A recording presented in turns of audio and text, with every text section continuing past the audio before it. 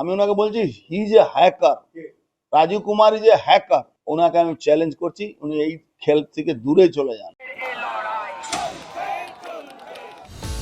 সোমবার ভোটের রেজাল্ট কয়েক ঘন্টা পরেই জানা যাবে রাজ্যে ক্ষমতায় কে আসতে চলেছে। তার আগেই বিস্ফোরক দাবি নোয়াপাড়ার বিজেপি প্রার্থীর। রবিবার ফল প্রকাশের আগের দিন অর্জুন সিং দাবি করছেন কম্পিউটার হ্যাক করে ভোটের ফলাফল পরিবর্তন করার পরিকল্পনা করা হচ্ছে। এছাড়াও তৃণমূল সাংসদ রাজীব কুমারকে নিয়েও বিস্ফোরক দাবি করেছেন তিনি। এখন রাজীব কুমারকে আইপ্যাকে দায়িত্ব দেওয়া হয়েছে। রাজীব কুমার এইসব খেলা খেলছেন, উনি তো একটু আইটি ফাইটি ভালো বুঝেন, তো আইটি থেকে সিস্টেম হ্যাক করার জন্য রাজীব কুমারের দায়িত্ব পেয়েছেন। কেন ব্যারাকপুর মানে নর্থ 24 পরগনাতে 26-এর নিচের কোনো সিট পাওয়ার বিজেপির কোনো 26-এর কম পাবে না।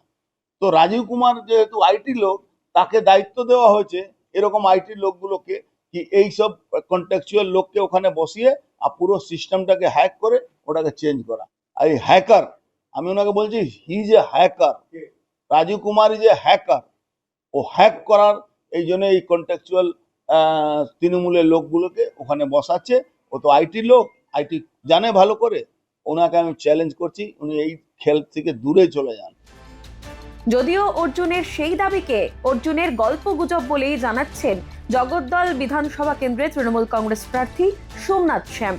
দাদা, অর্জুন সিং আজকে একটা দাবি তুলেছে যে কালকে গণনার দিন জালিয়াতি করতে পারে। রাজীব কুমার সহ একটি কন্ট্রাকচুয়াল টিম ঢুকবে, যারা ডেটা এন্ট্রি করবে, তারা কিন্তু ডেটা এন্ট্রির মধ্যে ফল বদলে দেবে।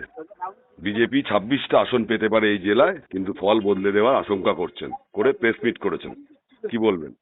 আপনি একটা জিনিস জেনে নেবেন যে অর্জুন দাঙ্গাবাজের এইসব ধান্দা এইসব কথা বলে, এবং সেদিনকে পবন সিং এর উপরে আত্মরক্ষীর উপরে যে গুলি চললো সেই ফুটেজ এখনো বেরোলো না। অর্জুন কিন্তু সেটা নিয়ে কিছু বলছে না। সেই গুলিটা সেদিনকে কিন্তু চলেছে ওনারই লোকের হাত থেকে। তো যাই হোক, এটা একটা চক্রান্ত, উত্তপ্ত করার জন্য, এলাকা গরম করার জন্য, যাতে উনি এসব কারচুপিগুলো করতে পারে, যেখানে সেখানে গুলি বোম চালাতে পারে। আর এই যে ডেটা এন্ট্রিতে নিয়ে যে বিতর্ক, এইসব খোঁজ খবর উনি নেন, আমাদের এসব কাজ লাগে না। কে সেন্ট্রাল গভর্নমেন্ট, কে স্টেট গভর্নমেন্ট, কে কি আছে, এসব গল্প আমাদের লাগবে না। উনি এসব গল্প বার করে এসব গুজব ছড়াতে বলুন, কেন উনি জানেন যে উনি হারছেন, সেই ভয়তে উনি এসব কথা বলছেন।